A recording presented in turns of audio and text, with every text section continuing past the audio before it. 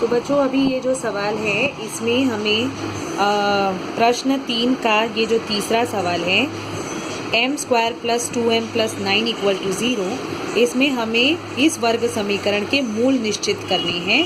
तो मूल कैसे निश्चित किए जाते हैं बच्चों? समीकरण में सबसे पहले हम विवेचक का मान प्राप्त करेंगे। तो विवेचक का मान ज्ञात करने के लिए हमें दिए गए वर्ग समीकरण की तुलना सामान्य स्वरूप से करनी होगी, यानी ax² + bx + c = 0 से करनी होगी।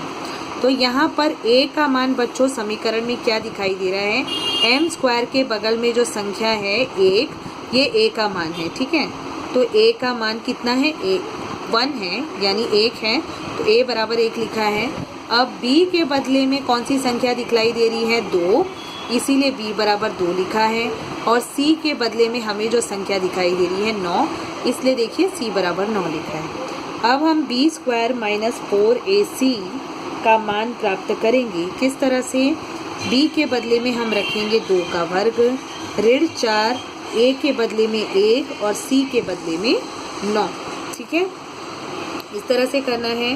अब 2 का वर्ग 4, ऋण 9 और 4 का गुणा, 9 एकम 9 होता है, 9 गुणे 4 36 होता है, जिस वजह से फाइनल आंसर हमारे पास आएगा -32। क्योंकि यहाँ पर हमें विवेचक का मान ऋणात्मक प्राप्त हुआ है, यानी -32 मिला है, तो हम रूल्स देख लेते हैं। यहाँ पर डेल्टा अगर 0 से छोटा हो, यानी ऋणात्मक होता है, तब डेल्टा 0 से छोटा होता है, यानी विवेचक का मान 0 से छोटा है। तो हमारे वर्ग समीकरण के मूल कैसे होंगे? वास्तविक संख्या नहीं होते हैं। इसका अर्थ ये हुआ कि यदि विवेचक का मान ऋणात्मक हो तो इस जो मूल होते हैं वो वास्तविक नहीं होते हैं। तो अंत में हम स्टेटमेंट लिखेंगे कि दिए गए वर्ग समीकरण के मूल वास्तविक नहीं है। इस तरह से हमें अंत में क्या लिखना है? स्टेटमेंट लिखना है।